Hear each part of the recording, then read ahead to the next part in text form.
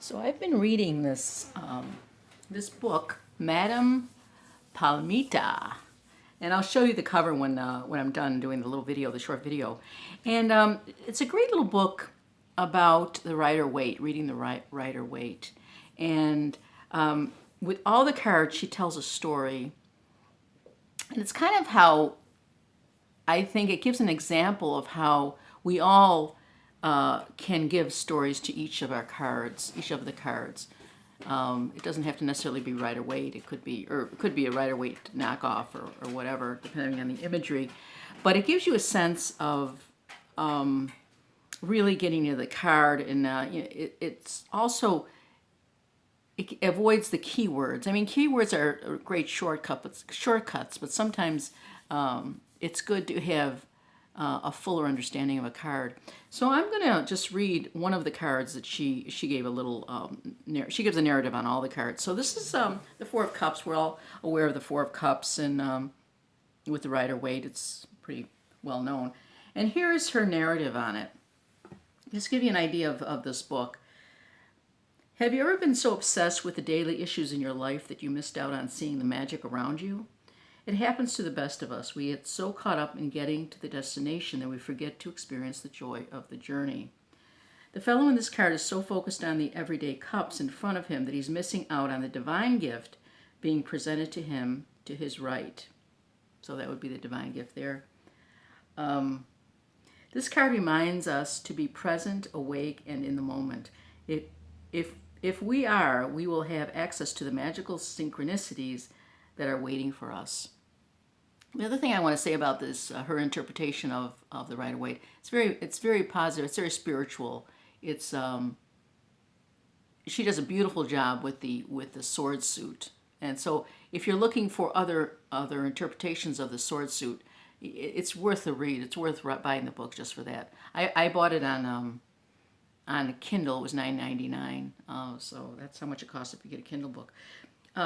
Going on with her narrative. Since this is a Cups card, it focuses on our inner emotional life. He's looking a little morose, or at least bored. His arms are crossed in front of his chest as if to protect his heart. Whenever she sees the heart, the crossing of the arms across the chest, it's always in protection of the heart. That position, those three cups that he's focusing on, represent being so fixated that the, quote, real world that he has become so fixed on the real world that he has become closed off to the magical world of the heart. And then she makes a quote from the Little Prince. It's only with the heart that one can see rightly. What is essential is invisible to the eye. And so that's a quote she put down from the Prince, Little Prince. Going on, she says, it can also mean that we are overindulging in our emotions. Those times that we latch on to the ego-centered idea that our hurt, sad, bad feelings are the most important thing. Have you ever been so hooked on your negative emotion that you couldn't enjoy something that would normally give you pleasure? When we put our attention on those self-indulgent feelings, we are more likely to miss out on the cup offered by the universe that is filled with something that is going to make our hearts happy and like love, fulfillment, and joy. The message of the Four Cups is to open up to the opportunities for happiness that exist all around us every day. Look for things to appreciate. Find your center again by finding things to be grateful for. Be a joy hunter.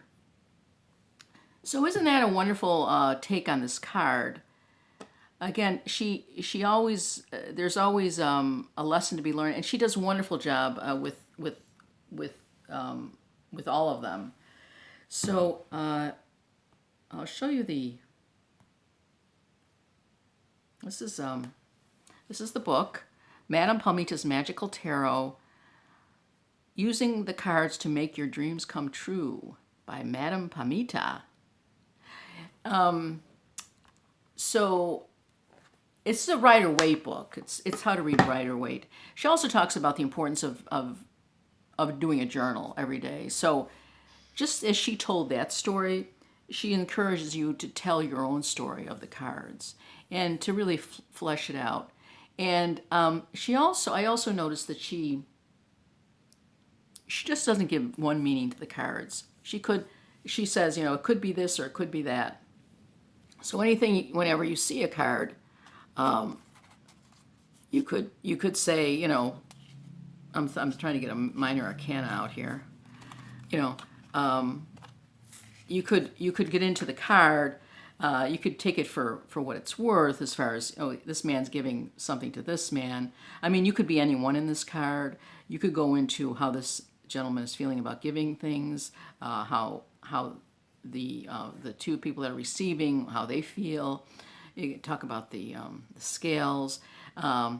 You know, is this a benevolent person, or is he?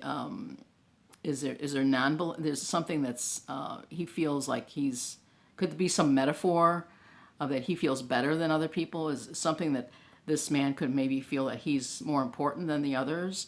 I mean, there's a lot of ways of reading it, and you could come up with different narratives, and I think she sort of does that. But in the end, it's all about, it seems all about positive. She seems to accentuate the positive. As I said, her narratives on the